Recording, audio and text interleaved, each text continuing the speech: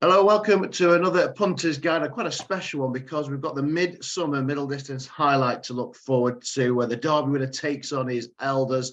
We'll talk about the race at length shortly with, as ever, Jason Weaver alongside us. But Jason, it's a brilliant field. We're used to small fields and odds-on favourites in these Group 1s. This is a brilliant field and hopefully it could be a race for the ages.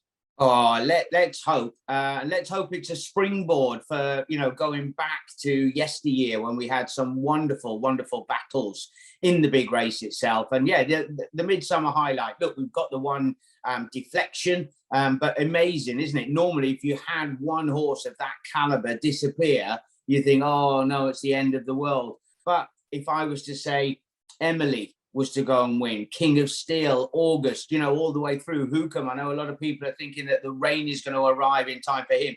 It's an absolute belter. And who knows, say it was to come up bottomless, could we have a major, major upset? It's got that sort of feel about it. Yeah, it is going to be soft ground. I mean, it won't be bad as an Able a few years ago, won it in a storm, and it really was bottomless. But it is going to be soft ground, so that's what we're looking for, isn't it, this weekend? We are. That's going to be key. It'll be key, and also on the straight course as well. And when I just go back, isn't it amazing? You can go and talk to so many people. I was working yesterday and I'm bumping into people. What about the race on the weekend? What's your angle in? Amazing how many people didn't talk about Pyledriver.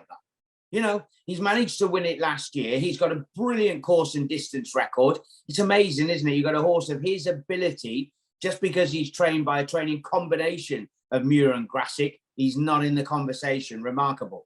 Yeah, and I was thinking about him. He could win this, the Arc, the Grand National, the boat race. I think he still won't get the credit he deserves, would he? We'll come to that shortly. We'll build up to it. Let's look at the Princess Margaret first, the 150 that kicks off the ITV coverage. Obviously, a really good contest for the fillies.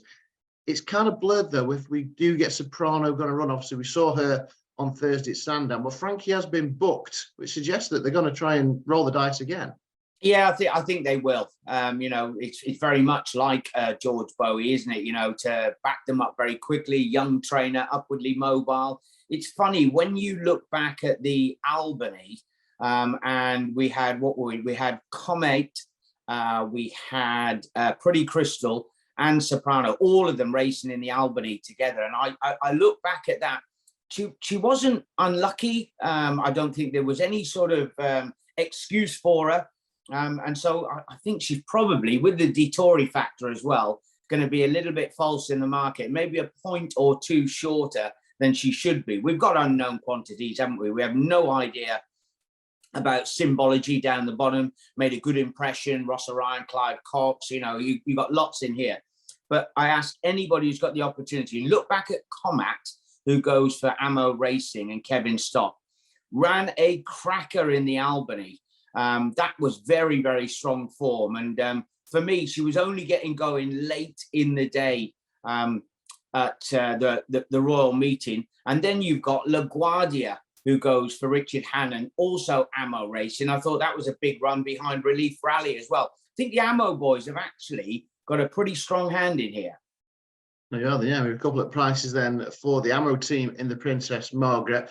We'll move on to the Valiant Stakes then at 225 here in Ascot. 10 fillies set to go to post. There's a dropping class for Random Harvest. We've got a really intriguing unbeaten Irish runner from Johnny Murder stable in Caddo Bell as well. And there's one that I've got my eye on as well in Zenga. No luck in 2 starts so far this year. I thought that might be overpriced for Roger Varian, including it at the Royal Meeting. But again, wide open, looks a good race. Yeah, when you look at the likes of Zenga, rated 86, but in here pitching and definitely can come into the argument if you like. Thornbrook down the bottom managed to win over at Shanty, had a couple of these in behind.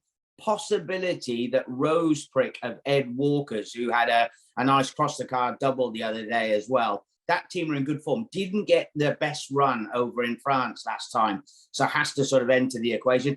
Johnny Murters. The Navan success was pretty good, daughter of Harry Angel. So she's got to be respected with Spencer on board. But all the while, I keep getting drawn back to Amena. Now, I know that she was a non-runner at the July meeting. This is a significant drop in grade for her. She was very good, got a wonderful pedigree. She was third in the 1,000 guineas behind Cachet.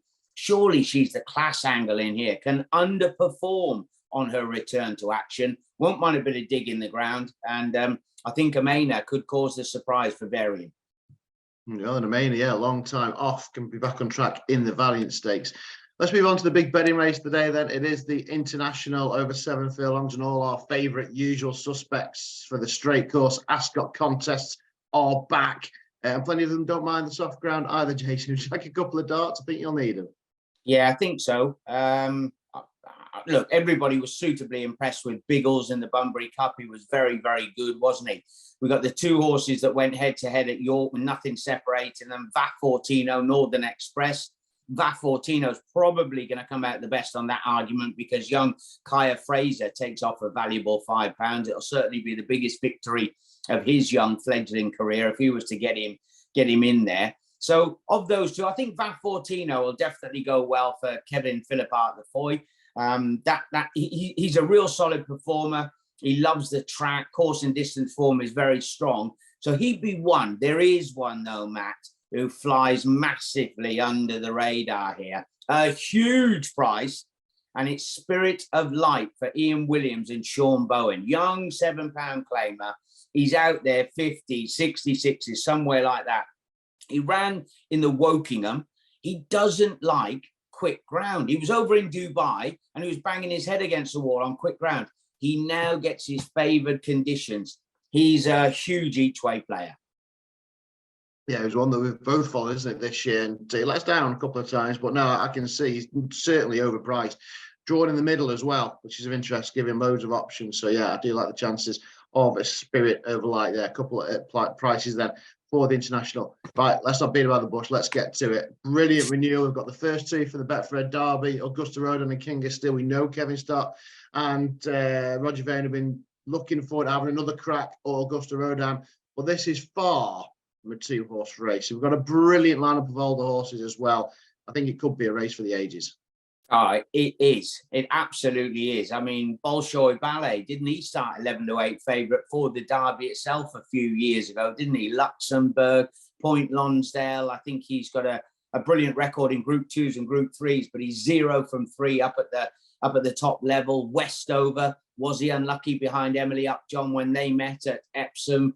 He came out and he made no mistake. Emily, look, you know, if you go to Emily Upjohn, she's very, very strong, isn't she, for the older girls, if you like. Disappointed in this last year when she was a long way behind Pyledriver, beaten absolutely miles. But, you know, I ask you, if you've got August Rodin and King of Steel, change the trainers around. What price is King of Steel? He's going to be incredibly short, isn't he? Because you're thinking natural progression. We've only seen him 2 times and he's done absolutely nothing wrong. Look, I go round and round. I think Westover, I was looking at him at about 14-1. Massive pressure cooker situation for Rob Hornby, the same as it is for Kevin Stott in the big one. Those boys have got to step up. And I keep going back, Matt. I hate backing a favourite, you know that, but I keep going back to August Rodin. I think that we could be in for something special. We haven't seen the best of him. He's been in that program, that training program that Aidan O'Brien has. Forgive him that one bad run, and we'd be going, this is the best we've seen for quite a while. It's certainly, yeah. I mean, they've kept no secret of their regard they hold him in. They were talking about the Triple Crown, that went with the Guineas. So we talked about it before the Derby. Why are we ignoring Aidan O'Brien? We left to look silly then, weren't we? So why are we ignoring him now? Yeah, Augusta Road and then in the King George. We've also got 3 races at York to have a look at as well, and a little bit something different. I really like this race, the opener. You say the jump jockeys, the boys are nutters, because only obviously, I say all of you are chased by ambulances, but they're over them fences at 40 miles an hour. Well, this is something different for them, hurtling down the 5 furlongs in the jump jockeys non-thought.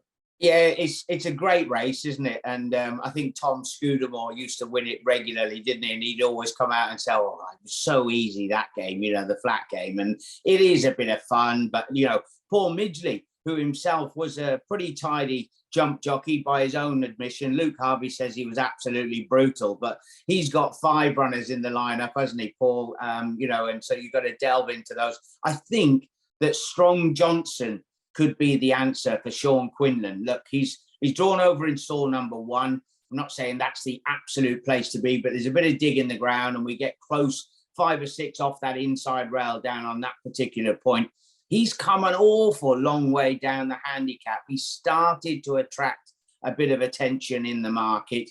These could be his conditions, and he's certainly dangerously well handicapped. Whole load of pace in here, isn't there? You know, Glory Fighter, Airpix Maggie, Speedicus, Majeski Man. They'll go flat out. They'll go a million. Strong Johnson is a sporting chance in what is a different type of race. Yeah, certainly is. It's a bit of a coup to get Paul Townend over as well to ride in it, of course. And then a similar contest, but a furlong further for the flat boys. It is the dash over 6 furlongs. And again, we talked about the International Ascot. This is another very similar contest. You have them all the time at York. And usually it's a case of whose turn is it now? Yeah, I think that's a fair point. The unknown in here is Barefoot Angel, because she was a pretty tidy juvenile. One run so far. That was in one of the classic trials early on.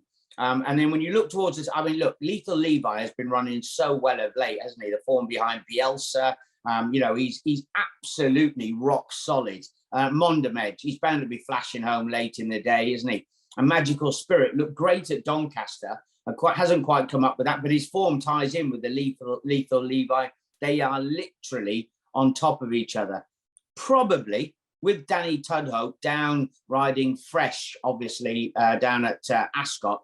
I think that Summergand has found himself dangerously well treated now. 6 furlongs, bit of dig in the ground, hustle and bustle. They'll go a million miles an hour.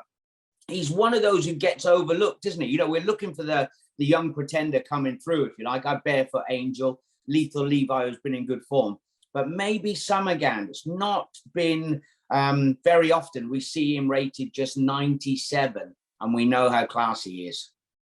A win, lose or draw. I'm guessing we'll see him next Saturday in the Stewards Cup anyway at Goodwood, obviously, because he is certainly hardy. He's got form there before. So Summergand then in the dash.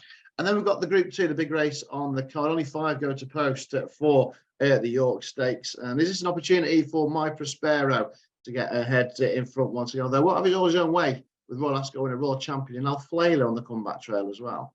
Yeah, no excuses for My Prospero in this particular lineup. Look, has he been unlucky? Is he not good enough? We all go back to the St James's Palace that he should have won, obviously, you know, and then from there on in, Tom Marquand's been talking him up as the next superstar. He's going to have to prove it, isn't he? Royal Champion's off a career best last time by £5, up to a 116 rating. Have a look back at that. Check and Challenge had a horrible run round. Whether he's good enough to beat a My Prospero, I'm not sure. I think the favourite will win. It's the sort of race with a small field, you're trying to sort of judge 1, 2, 3, or at least the 1, 2 from an exacta point of view. I think that Check and Challenge is completely the wrong price. Whether he can beat a My Prospero, I don't know. But those to finish 1, 2 is probably the way I'd play the race.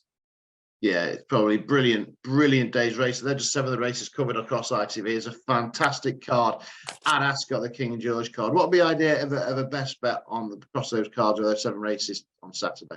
Listen, I am going to say a small each way bet in Spirit of Light. He has been crying out for the soft ground. You know, that's absolutely key with him. 7 furlongs, soft ground. He's in a grade where he could definitely win.